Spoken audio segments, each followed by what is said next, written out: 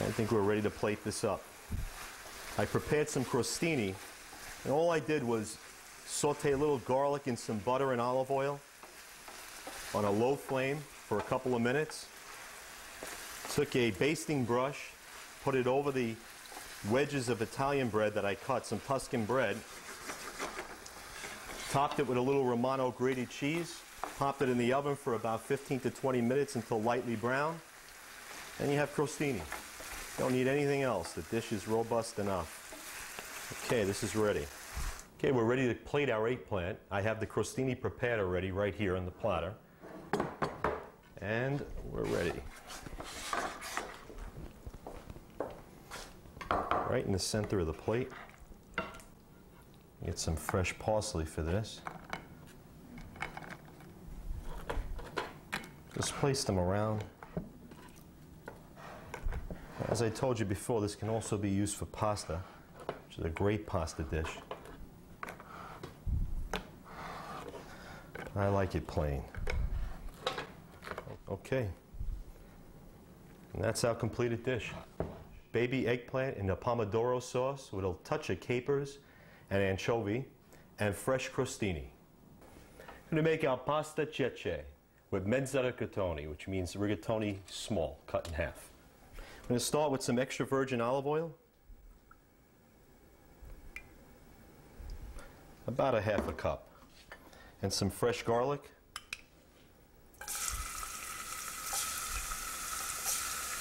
A lot of garlic in this dish. That's about 8 to 10 cloves minced. And a little bit of red crushed pepper. Dish is a little spicy. And just until the garlic releases its flavor into the oil. I think we're ready to add our chickpeas, garbanzo beans, whatever you want to really call them. And you're going to leave them in their own broth.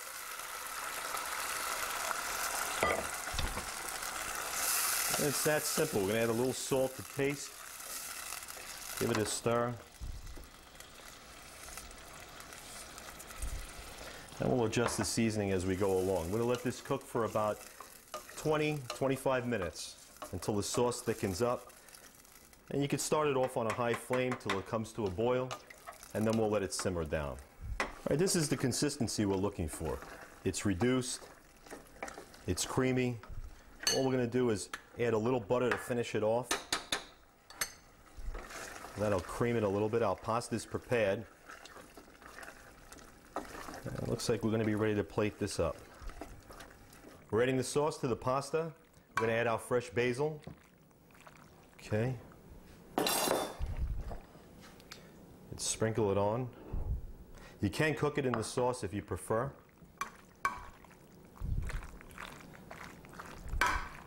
Okay, and that's our completed dish. Pasta cecche. And we're ready to serve it. We're going to top it off with some pecorino romano. And that should finish it off. And that's our dish, pasta cecche.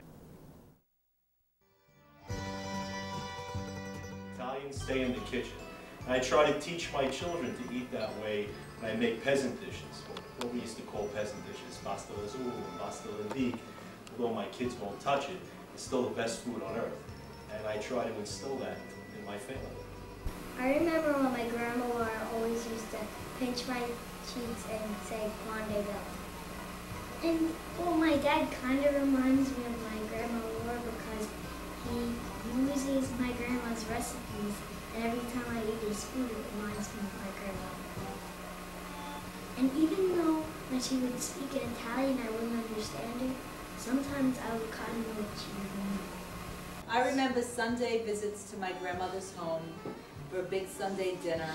We'd run up the steps as children, couldn't wait to see what she made. We'd go into her cabinets and into her refrigerator, and we couldn't wait to eat whatever Grandma prepared, which is always a feast. She'd call them little fessedis. She'd have eggplants and meatballs and prosciutto and mozzarella and monogot, and she'd make a feast in a matter of an hour. She always had baked goods out. We really loved going to Grandma's house, and she was really a very special grandmother. This is a woman that worked very hard, went into Manhattan every single day, came home at 7:30, 8 o'clock at night, and still managed to put a whole table together in less than an hour. The woman was amazing. When they made her, they broke the mold. There will never be another Laura, as far as I'm concerned. My mom was the greatest. Okay, we prepare a very simple dessert with some fresh strawberries, some chambord, and some cream cheese, and a little brown sugar. Okay, first you want to take the chambord, which is a liqueur, and I guess you need about a half a cup, I'd say, and a little brown sugar.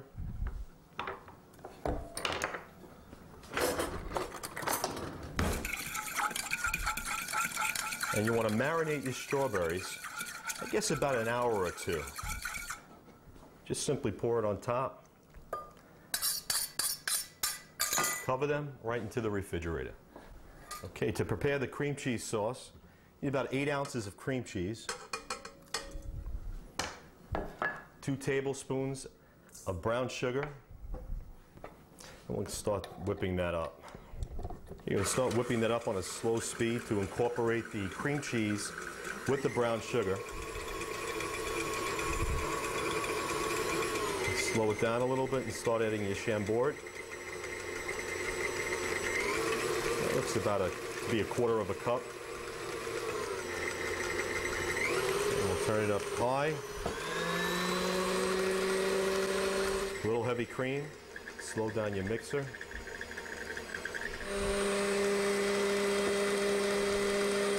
And you don't want this to be too thick, but not too thin. So we're looking for the right consistency here. Okay, we're going to scrape down the sides a little bit.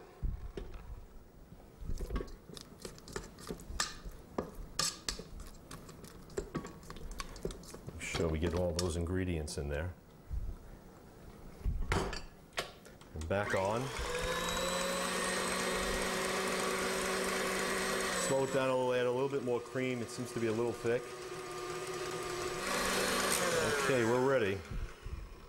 Give that a little taste. Perfect.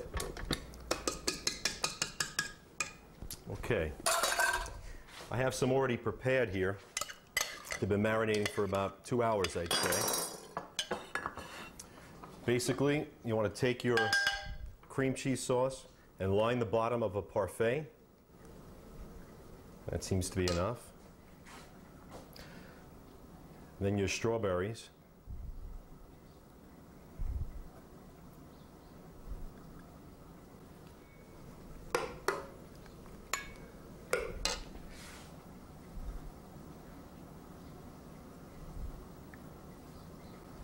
Okay, you dress it off with a dollop of fresh whipped cream, which I used about a pint of heavy cream and some confectionery sugar mixed in there, and I whipped it up.